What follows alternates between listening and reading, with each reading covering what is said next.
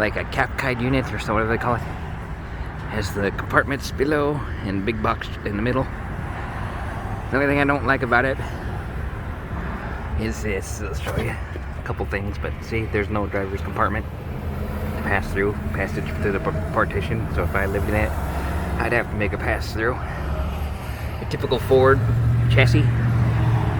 Lots of nice compartments. A little bit cold out here, so this video is going to be kind of fast. Yes, I know the license plate isn't where it's supposed to be, but I don't have the fasteners. It just has the holes that don't have the nuts and the bolts and everything, and I don't have them on me either. So I just jury-rigged the plate up. And I'm only going 255 miles from Goshen, Indiana, over to Peoria, Illinois. 255 miles, so I did 144 of that last night, and I'm doing 112 or whatever today. And then I might catch the Amtrak back. I'm just taking a short run. Winter is finally here. It's cold as hell. You can see your breath. Interesting setup. I like the outside compartments. And then the inside, I'm not going to show you it because that door is a pain in the ass to get it closed. But there's basically where the compartments come up, and then there's two shelves. Where the compartments come up and two shelves. And then I'll open in the middle. I like how it's set up. I just don't like how I don't have a partition. And then right now, because I'm transporting it, it's stuck in transporter mode. And the only thing about transporter mode is there's no cruise control. It's the only thing that's affected here. It still records the mileage and everything. As you can see, 149 miles total. I picked it up at 5 miles and I put 144 on it. But like I was saying, the only thing that the transporter mode has is there's no cruise control, even though it does have the buttons for it. I played around with it. It won't let me engage it while transporter mode is on, and it says contact your dealership. And when you go to try to engage cruise, so that sucks. I don't have no cruise control, but it's a short run. Spent the night at Comfort Inn in Bradley, or close to Bradley, Illinois. It's some other weird ass town name, Bolongadong or something, but it's pretty close to Bradley, Illinois.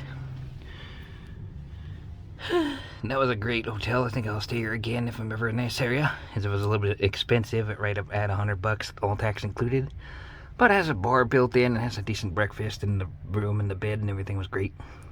I have to be up early. It's like almost 8 o'clock right now, which is too early for me. As you all know, I sleep the best between 2 and 10 o'clock before I even like to get my day going, so I'm 2 hours earlier than I like.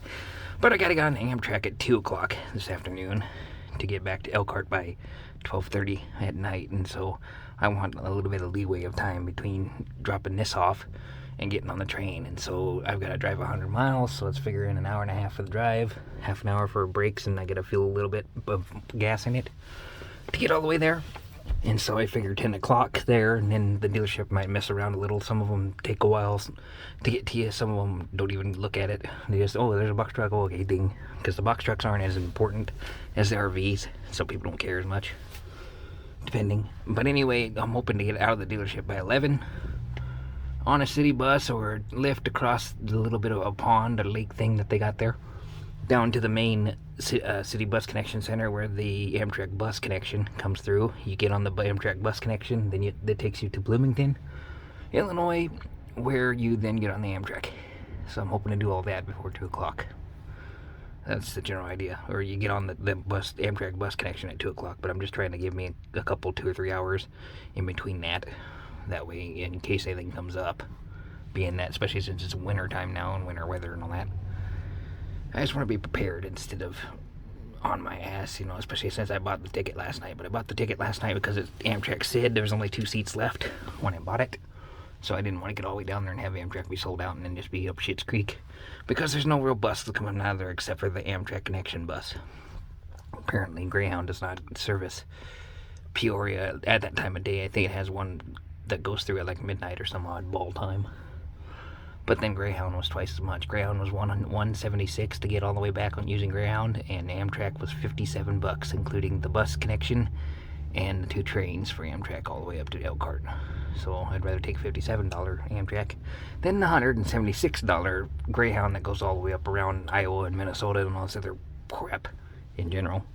But anyway, this is what I was doing today. I just wanted to give you an update.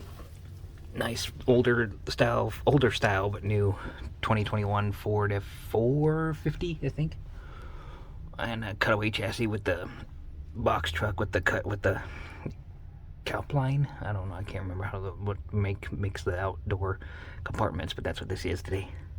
It's taking a short one. Basically, I'm just trying to get quality caught up, so then I can get Pinnacle caught up, because I'm falling back behind on them. Classic terminated me technically, but I've only driven twice for them, and I don't like the low board anyway, so I was pretty much quit before they terminated me. I could go there and take their stupid orientation again and do it again, but I just don't like Classic. I'd rather keep the 4 that I have, which is Norton, Quality, Synergy, and Pinnacle.